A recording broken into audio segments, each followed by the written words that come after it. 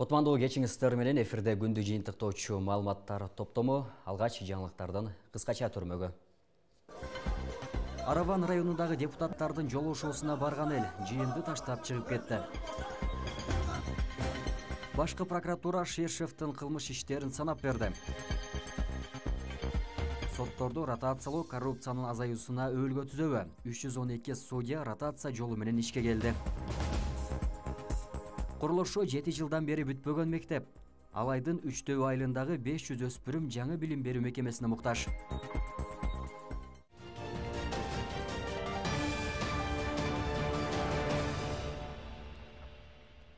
Эми ушул жана башка маалыматтардан кененирээк кабардар кылып, студияда мен Азамат Байетов кызмат кылам. Шашылыш билдирүү өзгөчө кырдаалдар министрлигинин басма сөз кызматы Кыргызстандын тоолуу райондорунда сел жүрүү коркунучу жогору экенин эскертет. 13-14 майда күтүлүп жаткан туруксуз аба ырайына жана нөшөрлүү жаан-чачынга байланыштуу республиканын тоо этектеринде жана тоолуу райондорунда сел жүрүшү мүмкүн. Дарыяларда суунун деңгээли көтөрүлүшү күтүлөт, андыктан сак болууга чакырат. Араван районунда өткөн жогорку кеңештин депутаттарынын көчмө жыйыны ызы чуу менен коштолду. Райондогу жер маселеси тууралуу президенттин Ош облусундагы өкүлүнүн орун басары Данияр Жаныкуловго сөз берилбегендиктен жыйын алган эл жыйынды таштап чыгып кетти. Эскерте кетсек, Аравандагы жер маселеси боюнча буга чейин дагы ызы чуу орун алып, анда жогорку кеңештин депутаттарын ататалган эле. Депутаттардын Араван эли менен болгон жолугушуусу дагы кандай окуялар менен коштолду? Ага кабарчыбыз Исхак Туратбеков токтолот. Biz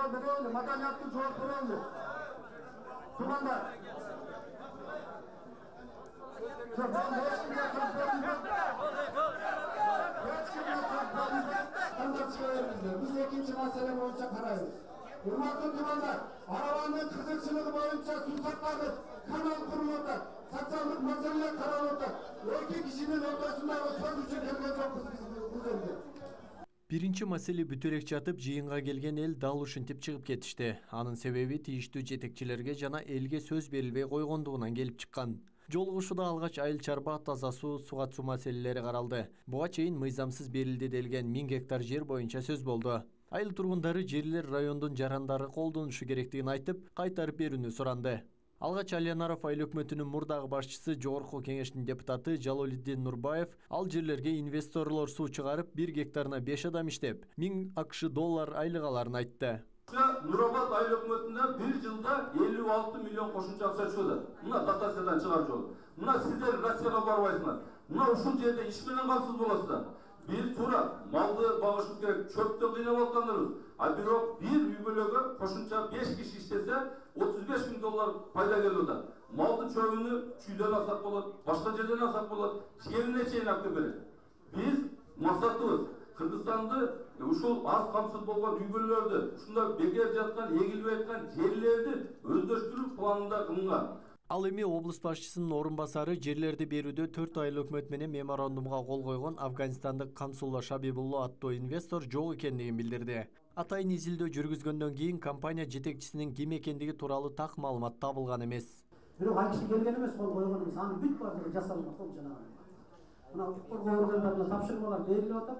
Укук коргоо органдары ал Шамсулла Хабибулла деген издеп таппай койду. Ошол юстицияда көрсөтүлгөн документи ал Нариман айыл өкмөтүндө деп туруп көрсөткөн экен. Атайын мына журналисттер дагы барып атайын иликтөө жүргүзүп келди. Ал көчө жок ал жерде.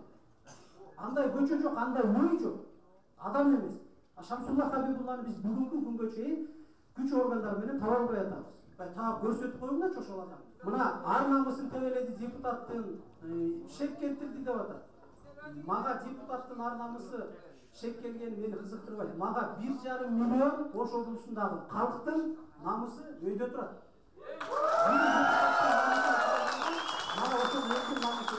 Жыйында Тепе Коргон айыл өкмөтүнүн тургундары Ахмедов Мухитдин аттуу айылдык кеңештин депутатына нааразычылыгын билдиришти. Себеби депутат дыйкандарды коркутуу менен айыл чарба жерлерин басып алып, жер кыртышын бузуп, өз кызыкчылыгы үчүн пайдаланып жаткандыгын айтышты. Бул көйгөй боюнча айыл өкмөткө кайрылып көңүл бурулбай жаткандыгы да маалымдалды. Эми биз дагы булдай көйгөйлөр толтура. Бүгүнүн үстүнөн арызданган, даттангандар жогорку элди көзөмөлгө кайрылгандар көп. Biz süre emniyetçi prokuraturga ГКМБга милицияга кайрылбайсың деп. 2 жылдан бeri bu günün üstüne kayrıla verip, tiriz tepişip, akçakına basıp koyuyorlar dedi. Elin koygan kötülüp çıkan Şerzat attığı jigitni kılmışka türtüp, şekli kılıp, telefon urdan balanı kaçırıyıp, bak Şerzat attığı aydık kengeçtin deputattın, hazır job tezisinde tartıda, kılacak iş kozmak. Эл өкүлдөрүнүн көчмө жыйынында 3 негизги маселе каралды. Калктын 90% дыйканчылык менен алектенген райондо сугат суу жана таза суу маселеси айрым айылдарда чечилбей келери айтылды. Ошондой эле дыйкандар үчүн арзандатылган кредиттер боюнча кээ бир жарандардын маалыматы жок экендиги да айтылды. Жыйында айтылган жарандардын талабы боюнча бийлик өкүлдөрүнө сунуш берилет. Маалымат башка, бирок жериндеги маалымат башка болуп чыгып атпайбы? Мына ошол бул боюнча биз каттуу тапшырмаларды беребиз. Президентке чейин министрлер кабинетинин төрагасына дагы өзүбүздүн сунуштарды киргизебиз. Мына ушул маселелер боюнча элдин көйгөйүн бүгүн уктуңуздарбы? Жогорку кеңештин депутаттарынын көчмө жыйыны өлкөнүн бардык аймактарында өтүүдө. Бир мандаттуу округтан шайланган эл өкүлдөрү жарандардан кабар алып, негизги маселелерин жеринде угууда. Белгилей кетсек, көчмө жыйын күндүн экинчи жарымында Ноокат районунда уланды. Исхак Туратбеков, Гайбул Авазбек уулу, Ош ТВ. Баткен облусунун Үчкоргон айылынын тургундары айыл өкмөт мыйзамдуу иштеп, жер үлүштөрү сатылбаганын айтып чыкты. Бүгүн айылдын аксакалдары жана айылдык кеңештин депутаттары журналисттерге маалымат жыйын курду. Анда айылдын тургуну Мамур Эргашев аттуу жаран аймактагы 40 гектар жерди мыйзамсыз иштетип келгендиктен, жердин 1,5 гектары айылдык кеңештин токтому менен трансформацияга которулган. Андан соң аты аталган Мамур Эргашев укук коргоо органдарына кайрылып, текшерүүдө мыйзам бузуу аныкталбаганын билдиришти. Мындан улам айыл эли борбордук бийлик өкүлдөрүнө кайрылуу жолдоп, элдин муктаждыгын чечип берүүнү суранды. Айылда 40 миңден ашуун калк жашап, жер үлүшүнө кезек көп экенин кошумчалашты. Бир адамдан кызыкчылыгына гектарлаган жерди бербөөнү өтүнүштү. Эске сала кетсек, Бишкек шаарында Мамур Эргашев айыл өкмөттү жер сатууга айыптап, маалымат жыйын өткөргөн болчу. Калбады жазбаган жери прокуратура болобу, милиция болобу, финполиция, МРУ деп коет, укук коргоо органдарына бардыгына.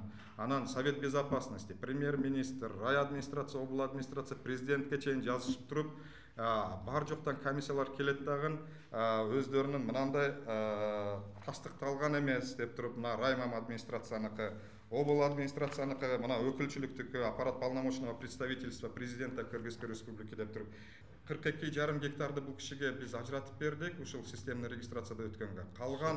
Калган жерди 12 сотиктен 10 жараңга адашпайм, 10 жараңга биз неме кылып туруп турак жай катары бергенбиз. Ал кишилердин азыр бүгүнкү күндө укук тастыктоочу, укукту бөлөндүрүүчү кагаздары бар. Башкы прокуратура буга чейин Алексей Шершовко карата бир нече кылмыш иши козголгонун жарыялады. Көзөмөл органы билдиргендей 2010 жылдын апрель айында эле ал эми 2014 жылы бир кылмыш иши козголгон. Айрым иштери боюнча анын айыбы угузулуп, айыпка жыгылган. Коомчулуктун талкуусундагы Шершовдун кылмыштарына кабарчыбыз токтолот. Кыргызстандын энергетика тармагында сери кардинал аткан Дастан трансулуттук корпорациясынын жетекчиси Алексей Шершов 10 майда УКМК тарабынан кармалган. Анын башкаруу чарасы Бишкектин 1 май райондук соту тарабынан каралып, 26 майга чейин үй камагына чыгарылган. Бүгүн башкы прокуратура Шершовко буга чейин бир нече кылмыш иши ачылганын тизмектеди. Алексей Шершовко карата 2010 жылы апрель айынан баштап 3 кылмыш козголгон. 2010 жылы, ал эми 2014 жылы бир эле кылмыш козголгон. Биринчи кылмышы Алексей Шершов Дастан ачык акционердик коомунун акцияларын мыйзамсыз чыгаргандыгы фактысы боюнча козголгон. Анда бизде Кыргыз Республикасынын кылмыш жаза кодексинин ошол убакта иштеп турган кодекстин 221 беренесинин 2 бөлүмү менен коммерциялык же башка уюмдардын кызматчыларынын ыйгарым укуктарын кыянаттык менен пайдалануу беренеси менен козголгон ал кылмыш иши. 2011 жылы кылмыш иши 11 январында соттун кароосуна жиберилген. Экинчи кылмыш иши 2010 жылдын 30 июлунда Кыргызстан улуттук электр тармагы ачык акционердик коомунун жана City Holding жоопкерчилиги чектелген коомунун ортосунда түзүлгөн мамлекеттин кызыкчылыгына каршы келишим деген негизде алдамчылык боюнча козголгон. Үчүнчү кылмыш иши Шершов Бишкек Энерго Комплекс, Ресурс Энерго Универсал, Бишкек Газ Проект жоопкерчилиги чектелген коомдорунун жана Кыргыз Газ ачык акционердик коомунун ортосунда мамлекеттин кызыкчылыгына каршы түзүлгөн келишими боюнча ачылган. алдамчылык беренеси, ишенип берилген мүлктү ыйгарып алуу, финансылык жеңилдиктерди мыйзамсыз берүү же алуу жана Кыргыз Республикасынын кызыкчылыктарына каршы контракт түзүү деген беренелер менен козголуп, ага айбы тагылып, 2010 жылдын 27 сентябрында соттун кароосуна жиберилген. Аталган 3 кылмышчы Бишкек шаарынын 1-май райондук сот тарабынан бир өндүрүшкө бириктирилип, чогуу каралган. Аталган өкүмдөр боюнча айыпталуучу Ширшовдун жактоочулары даттануу арызын жазып, Бишкек шаардык сотунун 2015 жылдагы өкүмү өзгөртүлгөн. Анын негизинде Ширшовго айып пул салынган. Дастан ачык акционер коомунун акцияларын мыйзамсыз чыгаргандыгы фактысы боюнча 221 берененин 2 бөлүмү менен күнөөлүү деп табылып, 3 жылга эркиндигинен ажыратылган. Ал эми калган беренелер боюнча сот актоо өкүмүн чыгарган. Аталган өкүмгө Ширшовдун жактоочулары даттануу келтиришип, жогору турган Бишкек шаардык сотунун 2015 жылдын 19 январында өкүм өзгөртүлгөн жана Ширшовго 100 эсептик көрсөткүчтөгү айып салынган. Башкы прокуратура билдиргендей, Ширшовго карата кылмыш иштери 2010 жылы жана 2014 жылы козголуп, алар боюнча соңку өкүмдөр 2015 жылы чыккан. Ширшовго карата кылмыш иштер 2010 жана бир гана кылмыш 2014 жылы козголуп, ал кылмыш иштер боюнча акыркы өкүмдөр 2015 жылы чыккан. 3 кылмыш иши боюнча, ал болсо бир кылмыш иши боюнча 2019 жылы 17 майда күчүнө кирип, ал соттун чечимдери боюнча бардык коюлган чектөөлөр жана бөгөт коюу чаралары Ширшовдон алынып салган. 2010 жылдагы убактылуу өкмөттүн мүчөсү, азыр Кыргызстандын Малайзиядагы элчиси Азимбек Бекназаров бир катар жалпыга маалымдоо каражаттарына маек берип, ага карата учурунда бир нече кылмыш иши козголгонун маалымдаган. Азимбек Анаркулович 2010 жылдан баштап убактылуу өкмөттүн мүчөсү болгон. Андан сырткары сот, прокуратура жана укук коргоо органдарынын координатору кызматын ээлеп турган.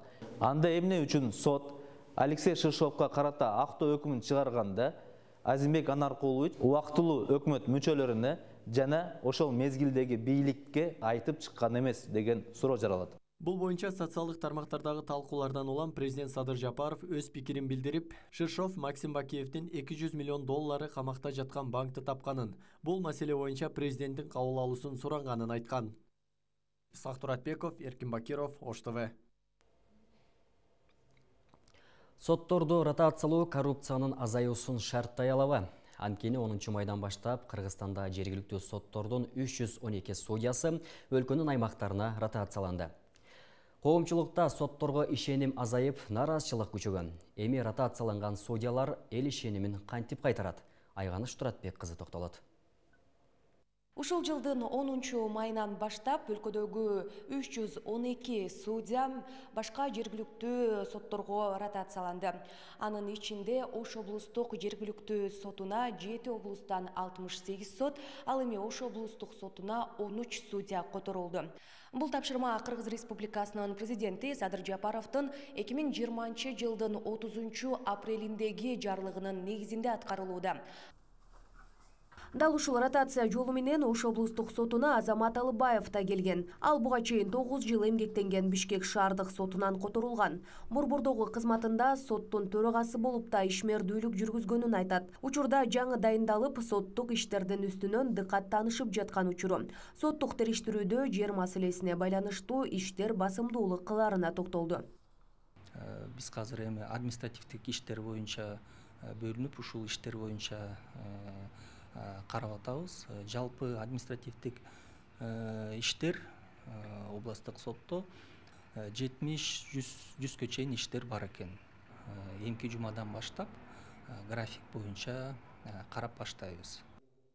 Облустук сотко көп жылдык тажрыйбалары бар юристтер которулганын. Бул тармакта 22 жыл эмгектенген Азиз Досонбетов белгилейт. Ошондуктан кылмыш иштерин калыс жана мыйзам чегинде кароо үчүн убакыт талап кылынарын, бул багытта жарандарга түшүндүрүү иштерин жүргүзүп жатканы белгилүү болду. Бул орун алмашуу, коррупция жана кыргызчылык деген көйгөйгө жакшы таасирин тийгизерин белгиледи. Мурда келген иштер бар да. Соттор которулуп кеткен, соттор кабыл алган иштерчи. Аларга убактылуу баягы тараптарга айтып атабыз, эми биз соттор которулуп калды, иштерди жаңы биз кабыл атабыз. Биринчи алар менен таанышыш керекпиз, изилдеш керекпиз, анан кийин ошо дайындалып, анан кайта силерге кабарлайбыз деп айтып жатабыз да. Президент Садыр Жапаров 4 мартта өткөн соттордун 12-ші курултайында сот системасын реформалоонун бир катар багыттарын жарыялаган. Мамлекет башчы судьяларды тандоо жана алардын ишмердигин баалоо эрежелерине өзгөртүүлөрдү киргизүүнү сунуштаган болчу. Бул ротация укуктук мамлекеттеги мыйзамдуулуктун сакталышына, бирдиктүү жана туруктуу соттук тажрыйбасы өкүм сүрүшүнө түрткү болот деген ишеним бар. Нам было обещано, что многим нашим судьям... Башка жерлерге ротацияланган судьялар үчүн жергиликтүү бийлик, тагыраак айтканда акимдер, облустардын ыйгарым укуктуу өкүлдөрү которулгандарды турак жай менен камсыз кылууга аракет кылат деп убада кылышкан. Анткени жашаганга жай издеп, өзүнүн шартын түзгөндүн ордуна өз жумушуна көңүл коюп иштегенине жакшы шарт болмок. А не тому, чтобы искать себе жилье и условия создавать. Кандай гана мамлекеттик орган болбосун, орун алмашып, которулуп турушу керек деп эсептейт Жогорку соттун мурдагы төрагасы жана учурда сот тутумунун ардагери Курманбек Усмонов. Кадрлар, соттор өзүнүн жашаган районунда же өзү жашаган жерине жакынкы райондордо иштеп калышы бул максатка ылайык эмес деп айталык. Максатка ылайык эмес, ошон үчүн баягы объективдүү, калыс, баягы жердештердин, туугандардын таасиринен алысыраак болуш үчүн башка райондордо, башка региондордо иштегени турук болот деген ойдомун. Белгилесек, акыркы жылдары сот системасында жемкорлук күч алганын, сотторго ишенбөөчүлүк көбөйүп баратканы эл тарабынан байма-бай айтылып келген. Судьяларды ротациялоо жана бул багыттагы масштабтуу өзгөрүүлөр алгач ирет болуп жатат. Мындай өзгөрүү кызыкчылыктардын кагылышуусун, коррупциялык тобокелдиктерди болтурбоо, жергиликтүү соттордун судьяларынын ишинде калыстыкты мыйзам чегинде чыгарылып жаткан чечимдердин камсыз кылуу максатын көздөйт. Айганыш Туратбек кызы, Белек Мусаев, Ош ТВ.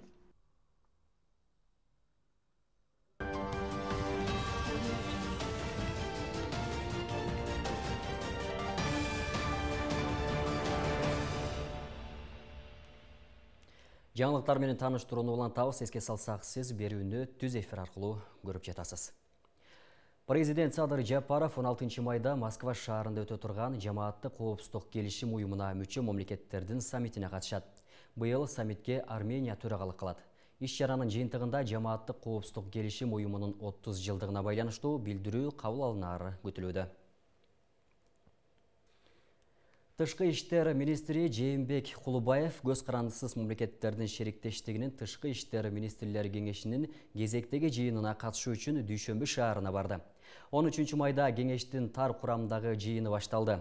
Азади радиосунун кабарчысы билдиргендей, жыйынга Тажикстан, Азербайджан, Армения, Беларусь, Казакстан, Кыргызстан, Молдова, Орусиянын тышкы иштер министрлери, Өзбекстандын тышкы иштер министрлеринин милдетин аткаруучу, Түркменстандын тышкы иштер министрлигинин орун басары катышууда.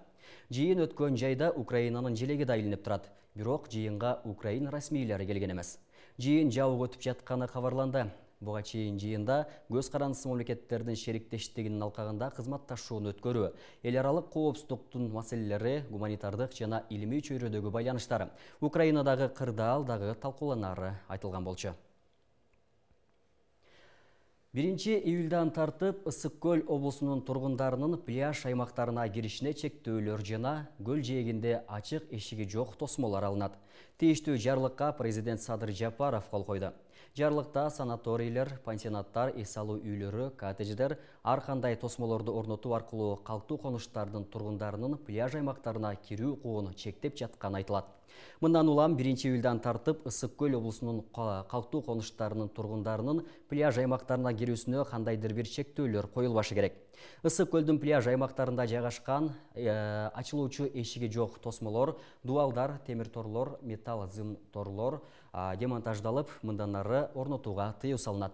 Менчик түрүнө карабастан санаторийлердин, пансионаттардын, эс алуу үйлөрүнүн, коттедждик конуштардын жетекчилери пляж аймактарын биодааратканалары менен жабдууга милдеттендирилет. Ысык көл облусунда пансионаттардын күзөтчүлөрү менен жергиликтүүлөр ортосунда чатак чыгып, тосмолор талкаланган учурлар көп каталган. Жергиликтүү тургундар көлдүн жээгине ээн эркин кире албай калганына даттанган учурлар арбын.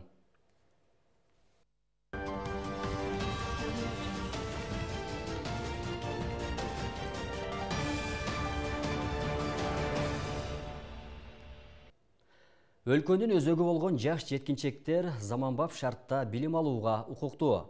Алыскы аймактарда мектептердин эскилиги жеткен же жаңы курулушу токтоп келген билим уялар четтен чыгат. Алай районунун Үчтөбү айылындагы 500 өспүрүм жаңы билим берүү мекемесине муктаж. Элеттеги 60 жыл алдын курулган мектеп эскилиги жетип, кооптуу абалда турат. Жаңы түптөлүп жаткан билим уясына каражат өз убагында берилбегендиктен курулушу токтоп калган болчу. Быйыл облус аймагындагы курулушу жанданган социалдык объектилер боюнча кийинки материалда сөз болот.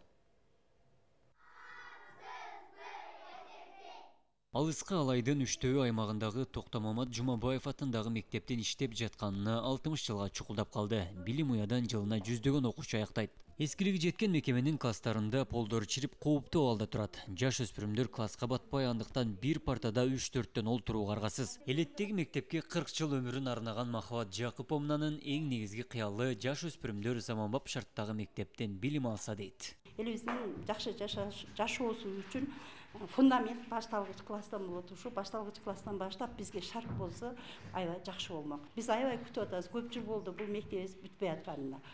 Ошол эле мезгилде дене тарбия сабагын өтүү, мына немелерде класстан тышкарындагы сабактарды өтүү үчүн эч мүмкүнчүлүгүбүз жок. Актовый зал жок. Спорт залыбыз вообще талапка жооп бербейт.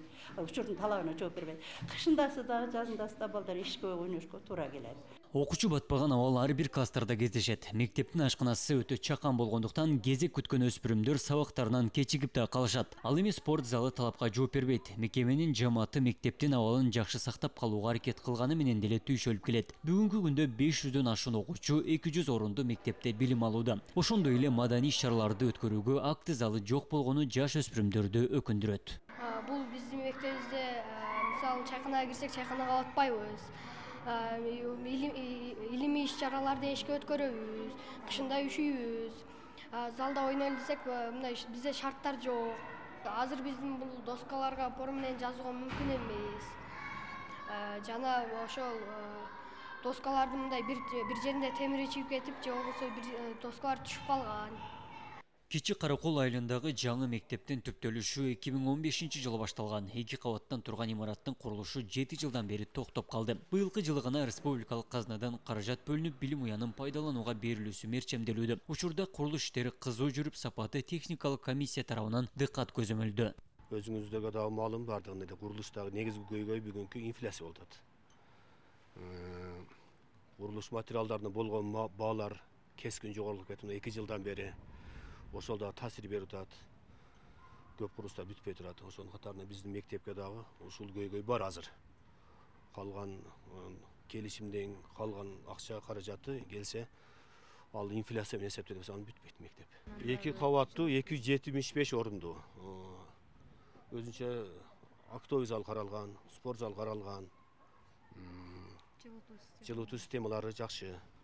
Быйылкы жылы Ош облусу боюнча 73 социалдык объектинин курулушу жанданган. Анын ичинен 36 имараттын курулушу көп жылдан бери токтоп калган эле. Дубандын 7 районунда быйылкы жылы бирден мектеп, бала бакча жана спорт залды пайдаланууга берүү тапшырмасы коюлган. Ошондой эле бул мезгилге чейин каражаттын жетишпегенинен бүтпөй калган 5 айылга таза суу чыгарылат. Курулушу жалпы токтоп калган объектлердин дээрлик 90-95% толугу менен кирди планга. Мындайча айтканда, быйылкы жылда курулушу токтоп калган объект болбойт. Сөзсүз түрдө улантылат. Бирок ошо каралган акча каражатына ылайык иш жүргүзүлөт. Быйылкы жылда негизинен ар бир эле райондордо курулуш объектилерин бүткөрүү пландаштырылды. Аймактарда социалдык мекемелердеги көйгөйлөрдү чечүүнү өлкө башчысы Садыр Жапаров жеке көзөмөлгө алганын Facebook баракчасынан билдирген болчу. Учурда өлкө боюнча социалдык объектилердин курулуш ыргагы күчөп, сапатына көңүл буруу талабы коюлган. Өлкө калкынын 65%га жакыны айыл жергесинде жашагандыктан жаш муунга шарт түзүү учурдун талабы. Абдумалик Базарбаев, Элемон Акбаев, Ош ТВ. Журналистика факультетиндеги студенттер арасында тажрыйба алмашуу багытында республикалык деңгээлде конференция өткөрүлдү. Профессионалдык журналистиканын өнүгүүсүнүн заманбап чакырыктары жана мүмкүнчүлүктөрү аталышындагы практикалык конференцияга Кыргызстандагы жогорку окуу жайларынын профессордук окутуучулары жамааты, мыкты калем программасынын катышуучулары, Бишкектеги окуу жайларынын журналистика факультеттеринин студенттери келген. Анда журналистикадагы заманбап көз караш, маалыматтарды туура анализдөө, гендердик теңчилик, окуяларга критикалык ой жүгүртүүсүн өстүрүү багытында билим алып келген студенттер Ош мамлекеттик университетинин журналистика адистигиндеги студенттерге презентация өткөрүштү. Иш-чаранын максаты бул тармакта билим алуучулардын дүйнөдө болуп жаткан окуяларга сапаттуу көз караш жана алардын арасында атуулдук сезимди ойготууну көздөйт. Мындай саамалыктар буга чейин өлкөнүн түндүк аймактарында болуп келсе, алгач ирет Ош шаарында уюштурулду. Биз буларды ошол сентябрдан баштап окутуу баштадык. 3 группадан 15 адамдан бир жагынан окутуу, экинчи жагынан жанагы менторский программа, буларга кандайдыр стажировкага мүмкүнчүлүк түзүү. Бүгүн конференцияда докладтар бардыгы ошо студенттер өздөрү даярдаган. Багыт ушул сөз эркиндигинде кандай көйгөйлөр бар бүгүн, профессионалдык кесипкөй журналистикада келечегинде кандай көйгөйлөр бар, алардын чечиш жолдору, ошондой темаларга. Негизи эле бул мыкты калем долбоору биз үчүн университетте ачылбаган бир чоң эшиктердин бирин ачты деп айтсам болот. Эмне үчүн дегенде, университеттерде жок программадан, адан тыш программада бизге Кыргызстандын журналисттерине бир керектүү болгон чоң эшиктин каалгаларын ачып берип атат десек болот. Эмне үчүн дегенде, бүгүнкү күндөгү дата журналистика же болбосо гендердик теңдик деген бул университеттерде азыркы учурда программаларда тилекке каршы жок болгондуктан, жалпы журналистикадан тыш бардык бүгүнкү күндөгү заманбапка шай келген, журналистикага сүңгүп кирген жакшы бир программаны үйрөтүп атат деп айтсам болот. Орта Азияда алгачкы жолу Ош шаарынан туристтер үчүн Туркияга түз каттамдар ачылып, халал эс алуу уюштурулду. Биринчи жолу ислам шариятынын негизинде түптөлгөн саякат турларынын Раксинона тур оператору өткөрөт. Туристтик компания кечээ расмий ачылуу салтанатын өткөрүп, Ош шаарынын туристтик потенциалы жогору экендигин билдирди. Эми Фергана чөлкөмүндөгү саякаттоочулар Анталия жана Даламан шаарларына түз эле Оштон эс алууга бара алат. Тасманы кабарчыбыз улантат.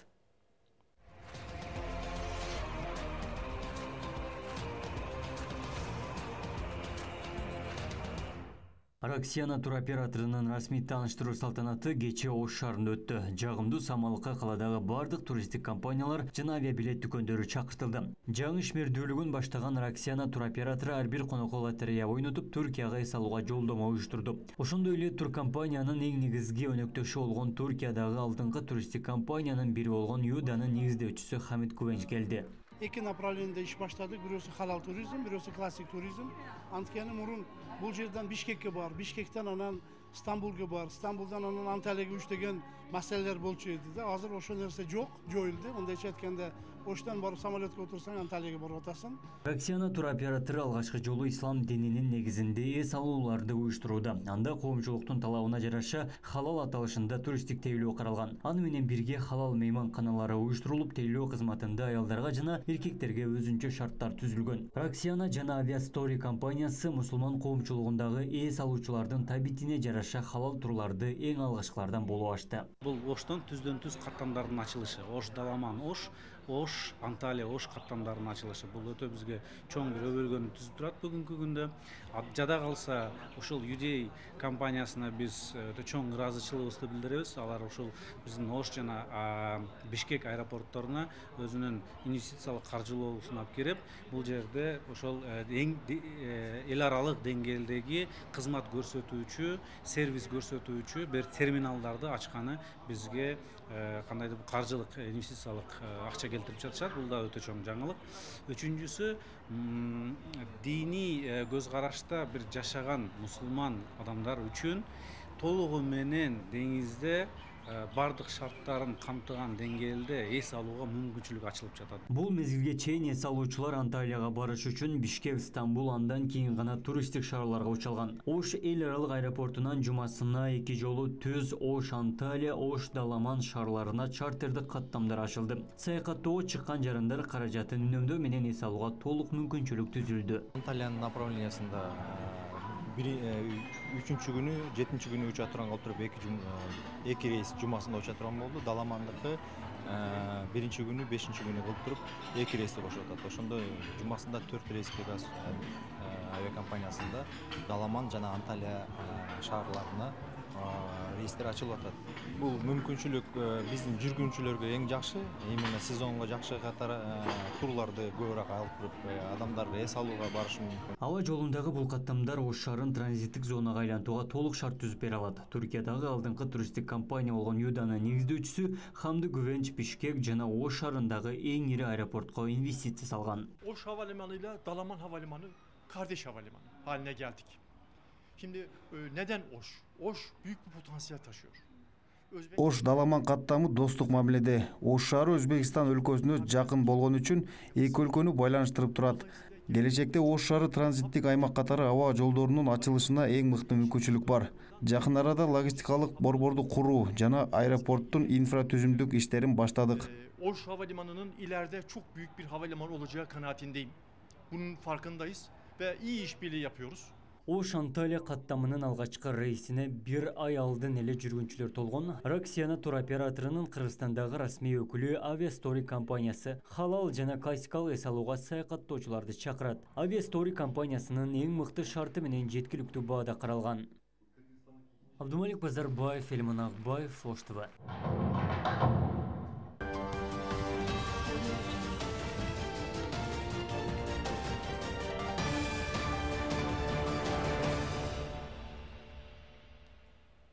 Ардактуу телегөрүүчүлөр, сиздер жогоруда өлкө аймагынан алынган акыркы кабарларга ортоктош болдуңуздар. Эми эфирдин жүрүшүн алдыда дүйнө жаңылыктар улантат. Аны менен кесиптешим Абдумалик Базарбаев таныштырат. Кесиптеш, саламатсызбы? Сөз сизде. Рахмат Азамат мырза, алдыдагы эс алуу күнүңүз көңүлдүү өтсүн. Алам алкагынан алынган дүйнөлүк жаңылыктардын топтомун түз эфирде улантабыз. Бизде калып туруңуз.